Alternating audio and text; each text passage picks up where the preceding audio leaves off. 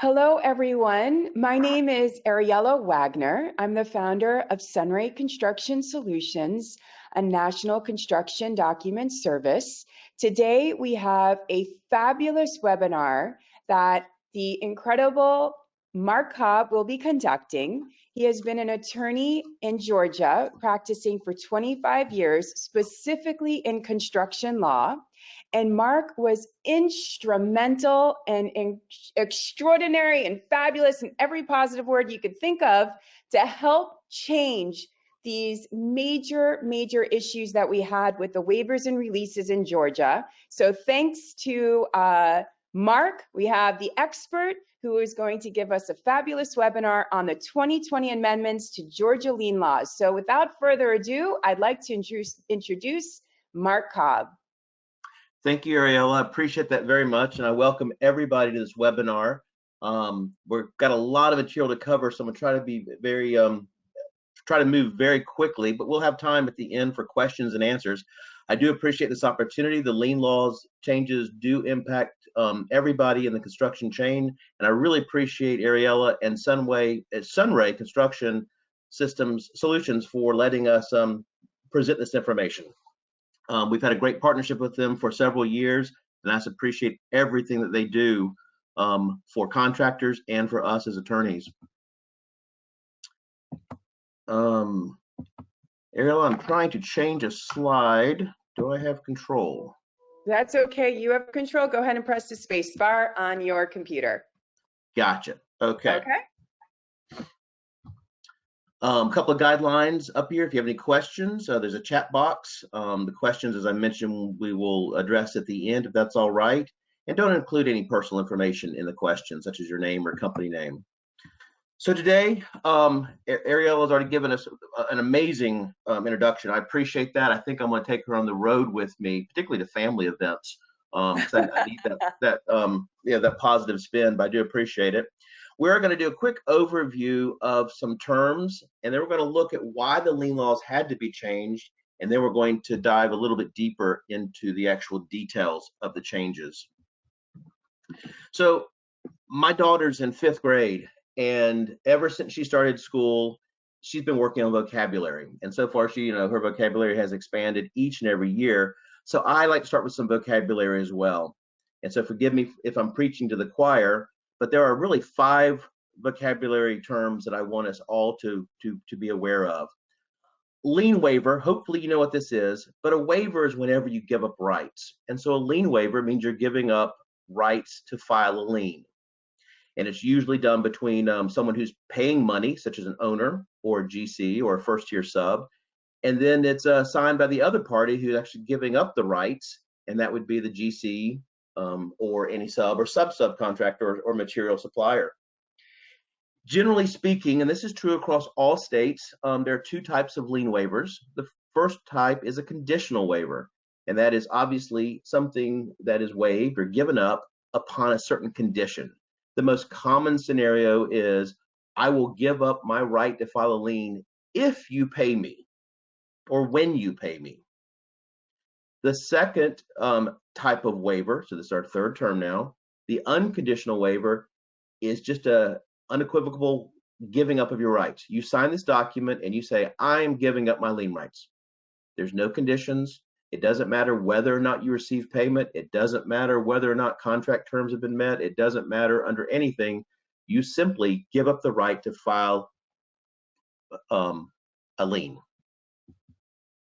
So in Georgia, the next 2 terms, lien waiver, conditional waiver, unconditional waiver, is an affidavit of non-payment.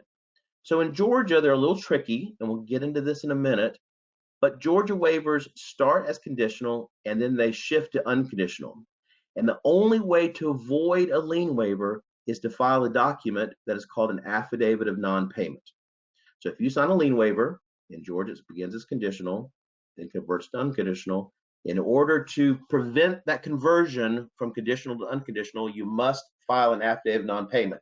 There's a statutory form, and it must be filed with the clerk of court where the project is located. There's also certain notice requirements as to sending it to the owner or GC, etc.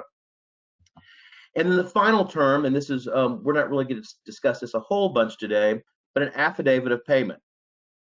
So that is something that voids the affidavit of non-payment. So the sequence is a contractor signs a lien waiver. If they're not paid, they then sign an affidavit of non-payment, and that is something that's actually recorded in the courthouse. So then the whole world knows that there's a subcontractor or supplier out there who has not received payment. When they do receive payment, whoever's paid them wants to void that affidavit of non-payment, and that process for that is called an affidavit of payment, and that too is filed in the courthouse. So everybody then knows that payment was received. So a few overview of Georgia's lien laws, just a few basic concepts. Unlike most other states, Georgia has statutory form lien waivers, and they are the only enforceable lien waivers. We have two forms. They're substantially similar. One is an interim waiver, and the other one is a final waiver. Obviously, the interim is used throughout the project's life, and then the final goes with the very last pay app. As I mentioned before, lien waivers are essentially both conditional and unconditional. And so if you look at point 3, once a waiver has been signed, the signer still has lien rights until payment is received, or if payment is not received currently within 60 days, then they must file an affidavit of non-payment to void that lien claim. That's the current law, and that is still good through the end of this month. So if you are sitting on any unpaid lien waivers that are approaching the 60-day mark, it is imperative that you file an affidavit of non-payment before that 60-day period. Otherwise, that Georgia lien waiver will convert from conditioned upon payment to unconditional. We've now changed that, and the rules will be changing January 1st, and that will be the focus of a large part of this quick webinar. And I'd also like to point out that under the current law, this is changing to the very last point. If you don't void a lien, if you don't void a lien waiver by filing an affidavit of non-payment within 60 days, then you waive all rights to payments, not just the right to file a lien, but you waive the right to make a contract claim against the entity who hired you. You lose all equitable remedies, etc. So it's very, very damaging. So the summary of the lien laws is that we no longer waive those contract rights. Similarly, and this has always been the case in Georgia, but I think people who sign lien waivers were not aware of it necessarily because it was kind of buried deep in the code. But lien waivers now explicitly waive liens as well as payment bond rights. So this is true on public and on private projects. We've changed the names of the waivers slightly. We've also given an additional time to file that affidavit of non-payment. As I mentioned earlier, today, until the end of this month, a lien waiver that goes beyond 60 days converts to unconditional. We've changed that to 90 days to give people a more realistic approach. I mean, everybody who's in the industry is aware of slow pay. And so we've tried to address that by extending it to 90 days. We've also relaxed some of the restrictions on the forms. So all of this came about in 2019. There were a pair of Court of Appeals decisions, both involving the same general contractor, ALA Construction. ALA Construction had their subs sign a Georgia lien waiver. And there are two cases, and I'm going to show you side by side real quickly that these cases were substantially similar. And so in the first one, it was a project called Sugar Hill Overlook. The subcontractor was owed $129,000. They signed the interim waiver. They did not file an affidavit of non-payment within 60 days. They did not file a lien. And so eventually the electric company brought suit against the general contractor for non-payment. In the other case, ALA Construction versus Controlled Access, same project. Controlled Access was owed almost $18,000. They too signed an interim waiver and release upon payment. They too failed to file an affidavit of non-payment. They failed to file a lien.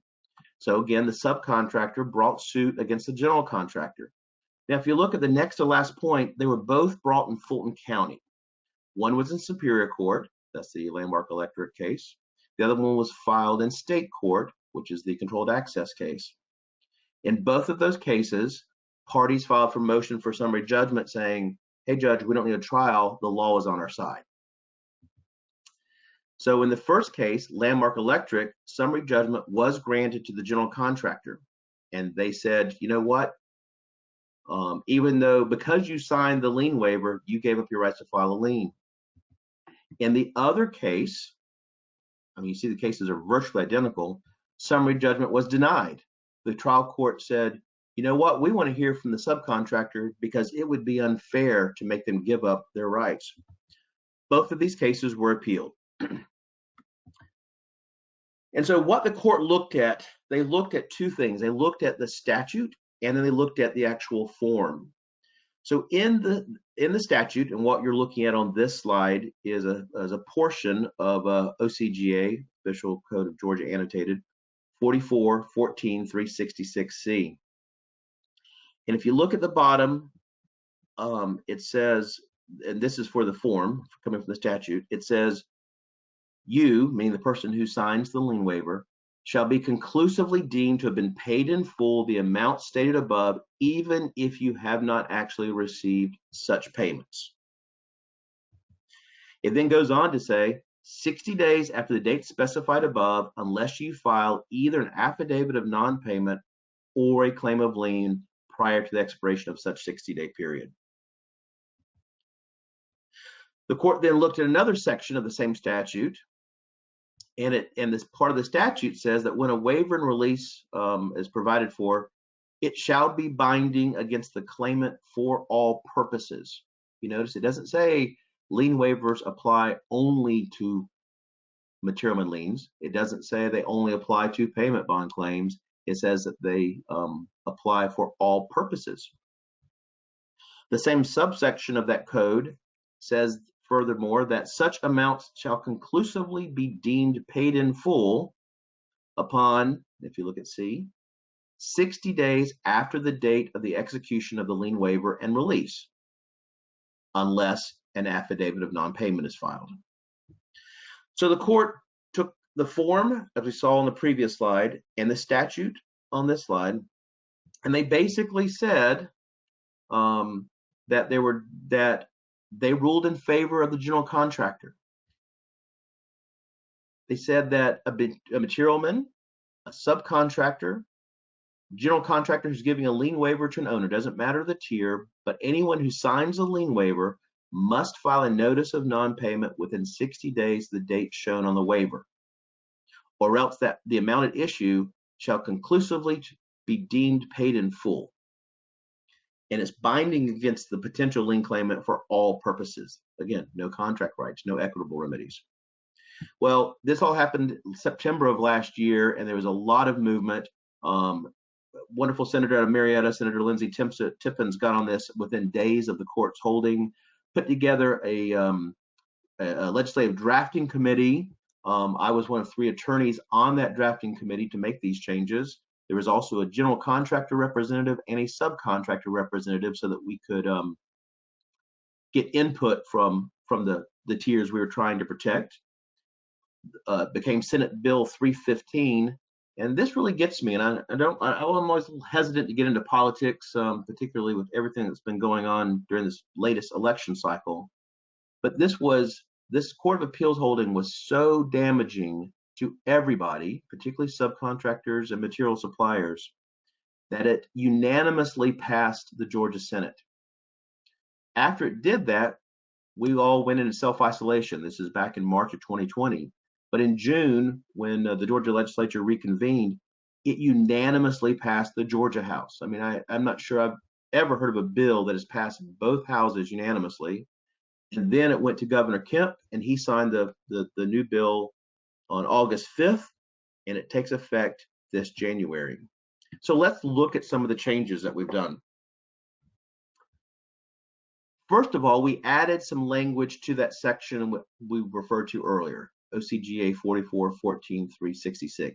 This section on your slide is completely new, and it's Section A. And it says that waivers and releases provided for under this code section shall be limited to waivers and releases of lien and labor or material bond rights, and shall not be deemed to affect any other rights or remedies of the claimant. So what does this mean to you? First of all, it is a clarification that any lien waiver you sign does also apply to bond rights. More importantly, it limits the lien waiver, the last part of that section, that it does not affect any of your rights or remedies. So as someone who signs a lien waiver, you may be willing to give up your lien rights, but I'm pretty sure you will never give up your contract rights, that claim that says under the subcontract agreement, under open account if you're a material supplier, whatever it is, you are not giving up your contract rights. And this code section clarifies that. Also, if you look on the right-hand side of the screen that has the red writing, that is the language that I showed on an earlier slide. And the part in red has essentially been deleted. If you look at the left-hand side of the screen, it's the same code section with highlighted in blue the new language which was added. So you can see that when a waiver release is signed, it's for the purposes of waiver of lien or material bond rights to the extent stated in the waiver and release. So it really does narrow the waiver to waiving rights against bonds and payment and material and liens, as opposed to contract and equitable rights. In subsection 2, it also changed that language that said shall conclusively be deemed paid in full. Instead, it says lien and labor material bond waivers and releases shall conclusively be deemed effective upon the earliest. And if you look at the old subsection 2C, it was 60 days to file your your affidavit of non-payment. Now in the new 2C, you have 90 days. Furthermore, if you look at section 2C, we've also relaxed the form. As I mentioned earlier, Georgia only has the 2 forms. They're statutory. They're the only enforceable forms in our state. They had to be, under the current law, the old law, in all caps, had to be 12-point font, arguably had to be on the same page. We've relaxed all that. So now that the language shall still be in a 12-point font, but it doesn't have to be in boldface, and it doesn't necessarily have to be on the same page. So let's look at the summary of the lien law rights. Most importantly, Georgia's lien law waivers no longer impact contract rights of the person or entity signing the lien waiver. They are no longer required to be in boldface capital letters. Georgia lien waivers now clearly and expressly waive payment bond rights as well as the material and lien rights. The names of lien waivers have been changed, and so you see before you they were called. One was interim waiver and release. The other one was waiver and release upon final payment. We wanted to emphasize which was which, so we made the names parallel: waiver and release of lien rights and payment bond rights upon interim payment. And the new name for the final lien waiver is waiver and release of lien and payment bond rights upon final payment. I would also like to point out that the title also includes payment bond rights so that the signatories have a full understanding of what they're doing. The time in which the person executing the lien waiver now has 90 days from the date they sign a lien waiver to file an affidavit of non-payment if they need to void the lien waiver because they haven't received payment. This 90-day period again starts January 1st. Affidavits of non-payment, we've relaxed the formatting of those too. They are no longer required to be in boldface capital letters or on the same page. These new revisions will take effect January 1st. And both the final waiver and the interim waiver are required to have specific language at the bottom, just as the former forms do. And if you notice, we've changed the language there. So the new notice that's required on the lien waiver forms is you shall be conclusively deemed to have waived and released any and all liens and claims of liens and it also mentions payment bonds as well. And if you have not actually received such a payment 90 days after the date stated, then you have 90 days to file your affidavit of non-payment. And I think I had 20 minutes for this, and I think I've done it in about 21 minutes. So I apologize for taking that extra minute there, but we do have time for some questions if anybody has any. Well, you did a great job. Thank you so very much. To everyone on the webinar, if you are a SunRay customer and you use the SunRay application, all of the waivers and releases that Mark went over today are going to be in the system for you. I just want you to rest assured that you're not going to have to worry. And thankfully, no one will have to worry again about this truly despicable law that was put in place, and many people unfortunately were burned with the waivers. So if anyone has any questions, this is a great opportunity to ask the attorney. Sometimes, Mark, you just do such a great job that every answer that could have been asked is answered. So, but again, you know what? You're so kind. So you know what?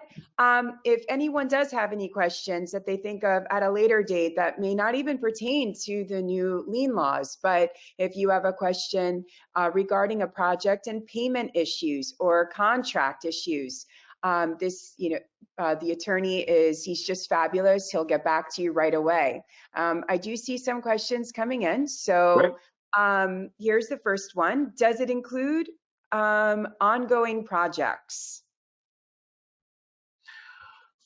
So the way the Georgia system is created, or let me put it this way, from a more practical standpoint, the way that it's actually used is generally owners or the lenders to an owner are requiring lien waivers before they make each month's draw. And so as you progress through a project, each month you'll be submitting a pay app or invoice or whatever sort of system you're using. Simultaneously, they're going to ask for these lien waivers. And so if you look at the life of a project, say a one-year project, it starts January 1st and say it ends on December 31st, you will be submitting 12 pay apps. And so if you submit a pay app and a lien waiver in month 1, but you don't receive payment, then by month 3, you will have to file an affidavit of non-payment in order to void that first lien waiver and pay app. Similarly, when you do the second pay app on month 5, but before month 5 expires, you're going to have to file an affidavit of non-payment.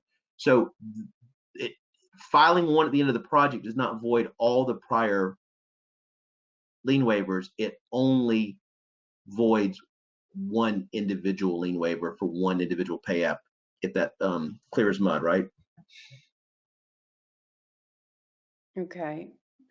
I think that's a really great question that was asked, and I think that's a very important point to all the listeners. It's crucial that you watch it very carefully, because you certainly don't want to find yourself in a position where you've waived your lien rights. So when you're reviewing your waivers, and he clearly gave the definitions in the very beginning, you want to make sure that you're just not signing your rights away and that you are watching and tracking the money. Another question, a few more questions came in. Yes, we will be providing this webinar, so you'll receive a copy of it. And the next question is, are you aware of many examples where GCs secured waivers but had no intention to pay and simply waited for the 60-day period to expire? Boy, that's a great question. I wish I had a different answer. It is clearly something that certain GCs have done. Now, not legitimate GCs. I've seen what I'll call legitimate GCs who, even though they may have expired lien waivers, they still honor their contract rights. But yes, there are some unscrupulous GCs out there who have used this law to their benefit and to the detriment of subcontractors and suppliers. Okay. One more question here. Say the project is going from October this year, goes on into 2021. Does the new form come into use then? Great question. Yes is the answer to that. So if you signed a lien waiver anytime between the project start in October and December 31st, you're going to have to use the existing law or the former law to file an affidavit of non-payment within 60 days. But for the lien waivers you sign starting January 1st through the end of the project, you'll have 90 days to get that affidavit of non-payment filed. That was a really great question. I actually didn't know the answer to that. I thought that was very good. I was wrong. I would have been wrong. Okay. Does anyone have any additional questions? If you do have another question that you think of, because sometimes that happens, you could be thinking about the topic and one thing comes to another and an hour later you have a question, please feel free to send us an email and we will get back to you. Definitely it's a subject matter that's very important.